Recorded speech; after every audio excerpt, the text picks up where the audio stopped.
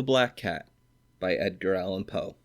For the most wild yet most homely narrative which I am about to pen, I neither expect nor solicit belief. Mad indeed would I be to expect it, in a case where my very senses reject their own evidence. Yet mad I am not, and very surely do I not dream. But tomorrow I die, and today I would unburden my soul. My immediate purpose is to place before the world, plainly, succinctly, and without comment, a series of mere household events. In their consequences, these events have terrified, have tortured, have destroyed me. Yet I will not attempt to expound them. To me, they have presented little but horror. To many, they will seem less terrible than baroques. Hereafter, perhaps, some intellect may be found which will reduce my phantasm to the commonplace. Some intellect more calm, more logical, and far less excitable than my own, which will perceive, in the circumstances I detail withal, nothing more than an ordinary succession of very natural causes and effects. From my infancy I was noted for the docility and humanity of my disposition. My tenderness of heart was even so conspicuous as to make me the jest of my companions. I was especially fond of animals, and was indulged by my parents with a great variety of pets. With these I spent most of my time, and never was so happy as when feeding and caressing them. This peculiarity of character grew with my growth, and, in my manhood, I derived from it one of my principal sources of pleasure. To those who have cherished an affection for a faithful and sagacious dog, I need hardly be at the trouble of explaining the nature or the intensity of the gratification thus derivable. There is something in the unselfish and self-sacrificing love of a brute which goes directly to the heart of him who has had frequent occasion to test the paltry friendship and gossamer fidelity of mere man. I married early, and was happy to find in my wife a disposition not uncongenial with my own. Observing my partiality for domestic pets, she lost no opportunity of procuring those of the most agreeable kind. We had birds, goldfish, a fine dog, rabbits, a small monkey, and a cat. The latter was a remarkably large and beautiful animal, entirely black, and sagacious to an astonishing degree.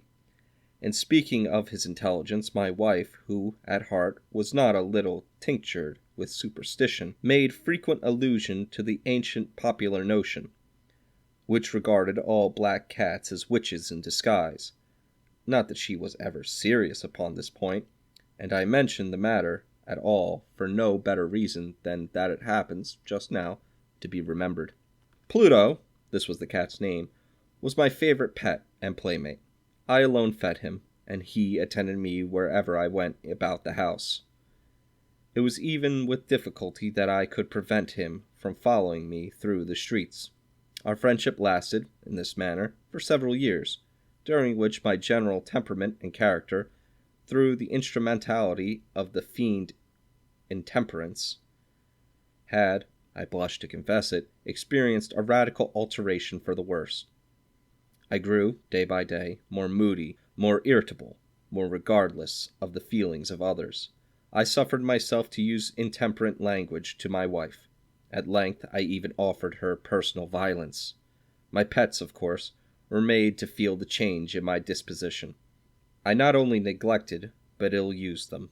For Pluto, however, I still retained sufficient regard to restrain me from maltreating him, as I made no scruple of maltreating the rabbits, the monkey, or even the dog, when, by accident or through affection, they came in my way. But my disease grew upon me, for what disease is like alcohol? And at length even Pluto, who was now becoming old, and consequently somewhat peevish, even Pluto began to experience the effects of my ill temper. One night, returning home, much intoxicated, from one of my haunts about town, I fancied that the cat avoided my presence. I seized him, when, in his fright at my violence, he inflicted a slight wound upon my hand with his teeth. The fury of a demon instantly possessed me. I knew myself no longer. My original soul seemed at once to take its flight from my body, and a more than fiendish malevolence gin-nurtured, thrilled every fiber of my frame. I took from my waist pocket a penknife, opened it, grasped the poor beast by the throat, and deliberately cut one of its eyes from the socket. I blush, I burn, I shudder, when I pen the damnable atrocity. When reason returned with the morning, when I had slept off the fumes of the night's debauch, I experienced a sentiment, half of horror, half of remorse, for the crime of which I had been guilty. But it was, at best, a feeble and equivocal feeling, and the soul remained untouched. I again plunged into excess and soon drowned in wine all memory of the deed. In the meantime, the cat slowly recovered. The socket of the lost eye presented, it is true, a frightful appearance. But he no longer appeared to suffer any pain. He went about the house as usual, but, as might be expected, fled in extreme terror at my approach. I had so much of my old heart left, as to be at first grieved by this evident dislike on the part of a creature which had once so loved me. But this feeling soon gave place to irritation, and then came, as if to my final and irrevocable overthrow, the spirit of perversiveness. Of this spirit philosophy takes no account. Yet I am not more sure that my soul lives, than I am that perversiveness is one of the primitive impulses of the human heart, one of the indivisible primary faculties, or sentiments, which give direction to the character of man. Who has not 100 times found himself committing a vile or a stupid action for no other reason than because he knows he should not? Have we not a perpetual inclination in the teeth of our best judgment to violate that which is law, merely because we understand it to be such? This spirit of perversiveness, I say, came to my final overthrow. It was this unfathomable longing of the soul to vex itself, to offer violence to its own nature, to do wrong for the wrong's sake only, that urged me to continue and finally to consummate the injury I had inflicted upon the unoffending brute. One morning, in cold blood, I slipped a noose about its neck and hung it to the limb of a tree, hung it with the tears streaming from my eyes and with the bitterest remorse at my heart, hung it because I knew that it loved me, and because I felt it had given me no reason of offense, hung it because I knew that in so doing I was committing a sin, a deadly sin that would so jeopardize my immortal soul as to place it, if such a thing were possible, even beyond the reach of the infinite mercy of the most merciful and most terrible God. On the night of the day on which this most cruel deed was done, I was aroused from sleep by the cry of fire. The curtains of my bed were in flames. The whole house was blazing. It was with great difficulty that my wife, a servant, and myself made our escape from the conflagration. The destruction was complete. My entire worldly wealth was swallowed up, and I resigned myself thenceforward to despair. I am above the weakness of seeking to establish a sequence of cause and effect between the disaster and the atrocity, but I am detailing a chain of facts, and wish not to leave even a possible link imperfect. On the day succeeding the fire, I visited the ruins. The walls, with one exception, had fallen in. The exception was found in a compartment wall, not very thick, which stood about the middle of the house, and against which had rested the head of my bed. The plastering had here, in great measure, resisted the action of the fire, a fact I attributed to its having been recently spread. About this wall a dense crowd were collected, and many persons seemed to be examining a particular portion of it with very minute and eager attention. The words strange, singular, and other similar expressions excited my curiosity. I approached and saw, as if graven in bas relief upon the white surface, the figure of a gigantic cat. The impression was given with an accuracy truly marvelous. There was a rope about the animal's neck. When I first beheld this apparition, for I could scarcely regard it as less, my wonder and my terror were extreme, but at length reflection came to my aid. The cat, I remembered, had been hung in a garden adjacent to the house. Upon the alarm of the fire, this garden had been immediately filled by the crowd, by someone of whom the animal must have been cut from the tree and thrown, through an open window into my chamber. This had probably been done with the view of arousing me from sleep. The falling of other walls had compressed the victim of my cruelty into the substance of the freshly spread plaster, the lime of which, with the flames, and the ammonia from the carcass, had then accomplished the portrait as I saw it. Although I thus readily accounted to my reason, if not altogether to my conscience, for the startling fact just detailed, it did not the less fail to make a deep impression upon my fancy.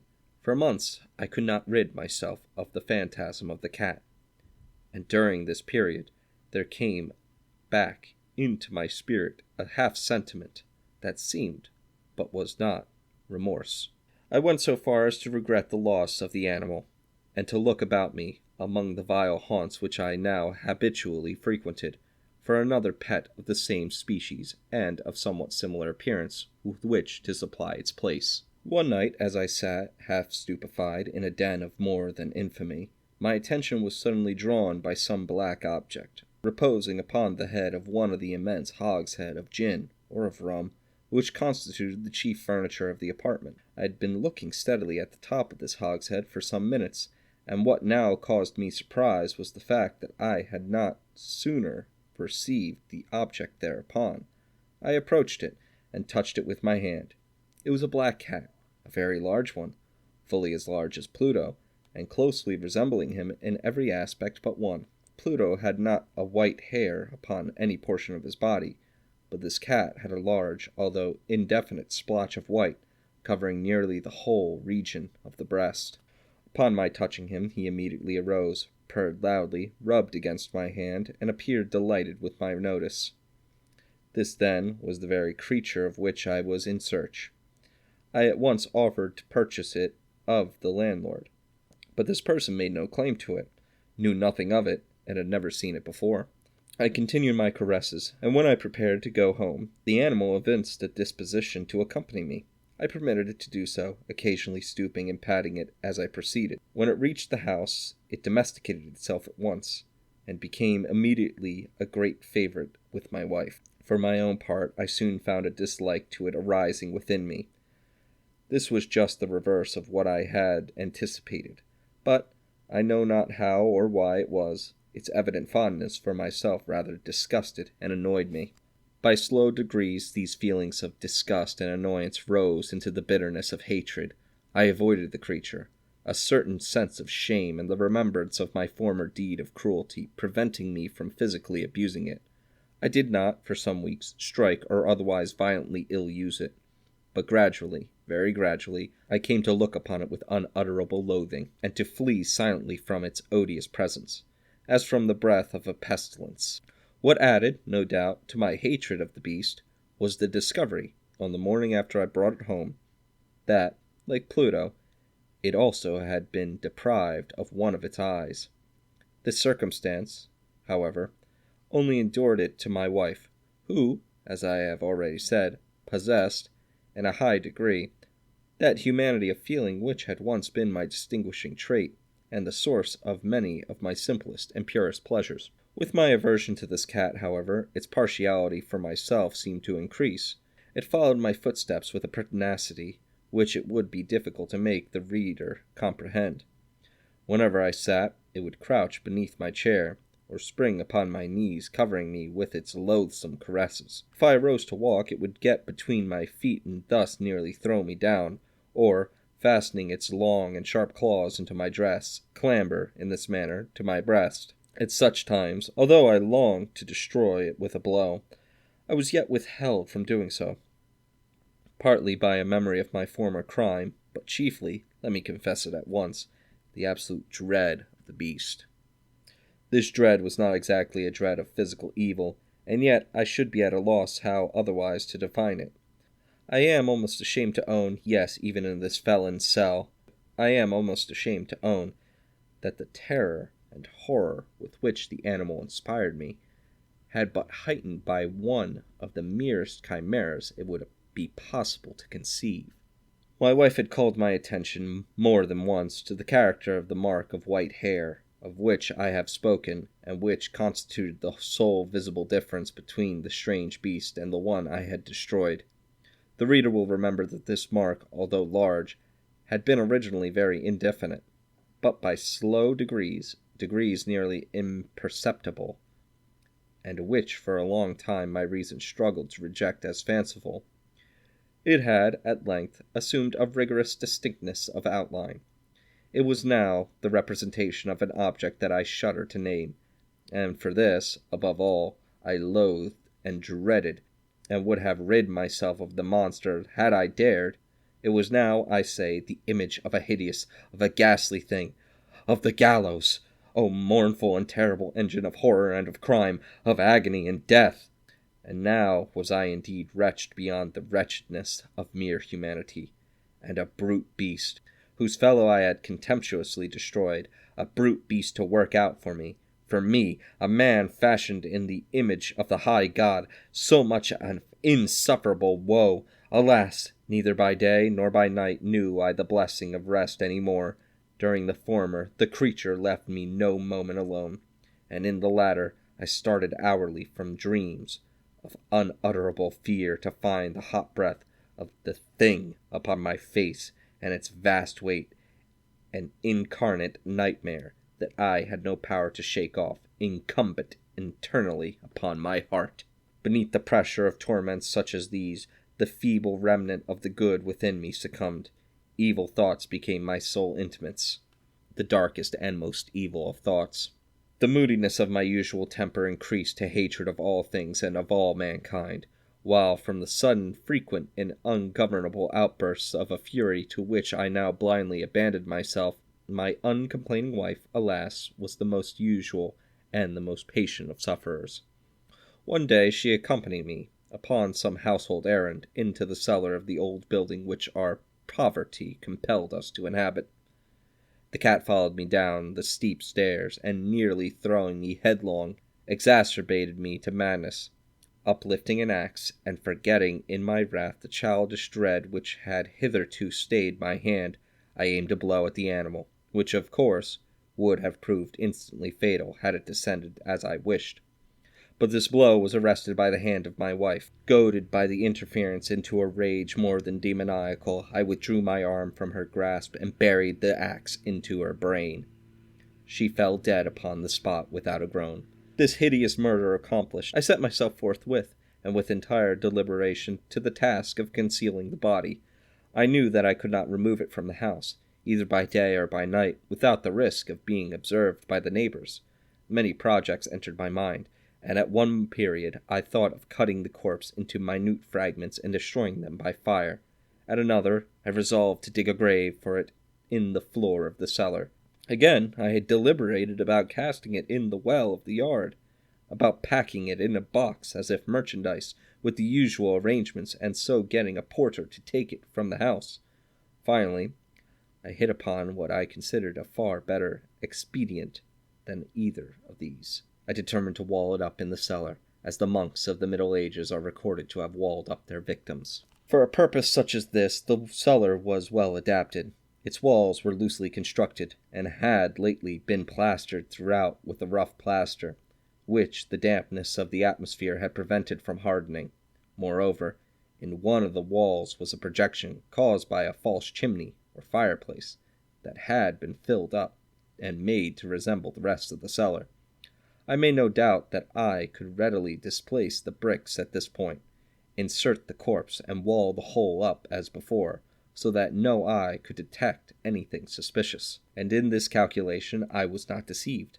By means of a crowbar I easily dislodged the bricks, and having carefully deposited the body against the inner wall, I propped it up in that position, while with little trouble I relaid the whole structure as it originally stood. Having procured mortar, sand, and hair, with every possible precaution, I prepared a plaster which could not be distinguished from the old, and with this I very carefully went over the new brickwork. When I had finished, I felt satisfied that all was right. The wall did not present the slightest appearance of having been disturbed. The rubbish on the floor was picked up with the minutest care. I looked around triumphantly, and said to myself, "Here at last, then, my labor has not been in vain." My next step was to look for the beast which had been the cause of so much wretchedness. for I had, at length, firmly resolved to put it to death. Had I been able to meet with it at that moment, there could have been no doubt of its fate. But it appeared that the crafty animal had been alarmed at the violence of my previous anger, and forbore to present itself in my present mood. It is impossible to describe or to imagine the deep and blissful sense of relief which the absence of a detested creature occasioned in my bosom. It did not make its appearance during the night, and thus for one night, at least, since its introduction into the house, I soundly and tranquilly slept. I slept even with the burden of the murder upon my soul. The second and third day passed, and still my tormentor came not. Once again I breathed as a free man. The monster, in terror, had fled the premises forever. I should behold it no more. My happiness was supreme. The guilt of my dark deed disturbed me but little. Some few inquiries had been made, but these had been readily answered. Even a search had been instituted, but of course nothing was to be discovered. I looked upon my future felicity as secured. Upon the fourth day of the assassination, a party of the police came, very unexpectedly, into the house, and proceeded again to make rigorous investigation of the premises. Secure, however, in the inscrutability of my place of concealment, I felt no embarrassment whatever. The officers bade me accompany them in their search. They left no nook or corner unexplored. At length, for the third or fourth time, they descended into the cellar. I quivered not in a muscle. My heart beat calmly as that of one who slumbers in innocence. I walked the cellar from end to end. I folded my arms upon my bosom, and roamed easily to and fro. The police were thoroughly satisfied and prepared to depart. The glee at my heart was too strong to be restrained. I burned to say it but one word, by way of triumph, and to render doubly sure their assurance of my guiltlessness. "Gentlemen," I said at last, as the party ascended the steps, "I delight to have allayed your suspicions. I wish you all health and a little more courtesy. By the by, gentlemen, this is a very well-constructed house." In the rabid desire to say something easily, I scarcely knew what I uttered at all. "I may say an excellently well-constructed house. These walls— are you going, gentlemen? These walls are solidly put together." And here, through the mere frenzy of bravado, I rapped heavily with a cane which I held in my hand, upon the very portion of the brickwork behind which stood the corpse of the wife of my bosom. But my God shield and deliver me from the fangs of the arch-fiend! No sooner had the reverberation of my blows sunk into silence, than I was answered by a voice from within the tomb. By a cry, at first muffled and broken, like the sobbing of a child, and then quickly swelling into one long, loud, and continuous scream, utterly anomalous and inhuman, a howl, a wailing shriek, half of horror and half of triumph, such as might have arisen only out from hell, conjointly from the throats of the damned in their agony, and of the devious that exult in the damnation. Of my own thoughts it is folly to speak. Swooning, I staggered to the opposite wall. From one instant the party on the stairs remained motionless, through extremity of terror and awe. In the next, a dozen stout arms were toiling at the wall. It fell bodily. The corpse, already greatly decayed and clotted with gore, stood erect before the eyes of the spectators. Upon its head, with red extended mouth and solitary eye of fire, sat the hideous beast whose craft had seduced me into murder, and whose informing voice had consigned me to the hangman. I had walled the monster up within the tomb.